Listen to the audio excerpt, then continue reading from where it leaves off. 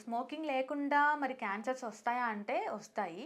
ఒక్కొక్కసారి మన junk food ఎక్కువ తీసుకున్నప్పుడు కానీ, లేదంటే రెడ్ మీట్ కొంతమంది తీసుకుంటా ఉంటారు. అంటే మటన్, బీఫ్ ఇట్లాంటివి తీసుకున్నప్పుడు ఏంటంటే, సో దానివల్ల మన గట్ అంటే జీర్ణాశయ సిస్టమ్‌లో కొన్ని బ్యాడ్ బాక్టీరియా ఎక్కువగా గ్రో అయ్యి, సో గుడ్ బాక్టీరియా తగ్గిపోయి, సో ఓవరాల్‌గా మనకు బాడీలో అనేది ఇన్‌ఫ్లమేషన్ వాపు అనేది ఏర్పడుతుందనమాట.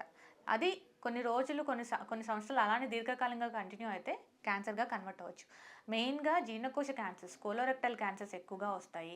ఆ తర్వాత ఇలా మన ఫుడ్ హ్యాబిట్స్ మన జీవనశైలి వలన ఊబకాయం వచ్చిన తర్వాత కొంతమందికి స్మోకింగ్, ఆల్కహాల్, మద్యపానం ఏం అలవాటు లేకుండా చాలా హెల్తీగా ఉన్న వాళ్ళకి కూడా ఒక్కొక్కసారి కూరగాయలు వాటి మీద ఎక్కువగా పెస్టిసైడ్స్ వాడడం వల్ల, ఎరువులు అవి ఎక్కువగా వాడడం వల్ల, లేదు అంటే ఎక్కువగా కాలుష్యం ఉండే చోట వాళ్ళు నివసించడం వల్ల, సో ఎయిర్ పొల్యూషన్ వల్ల, వీటి వల్ల కూడా సో క్యాన్సర్స్ కొన్ని వస్తూ ఉంటాయన్నమాట. లంగ్ క్యాన్సర్స్ రావచ్చు.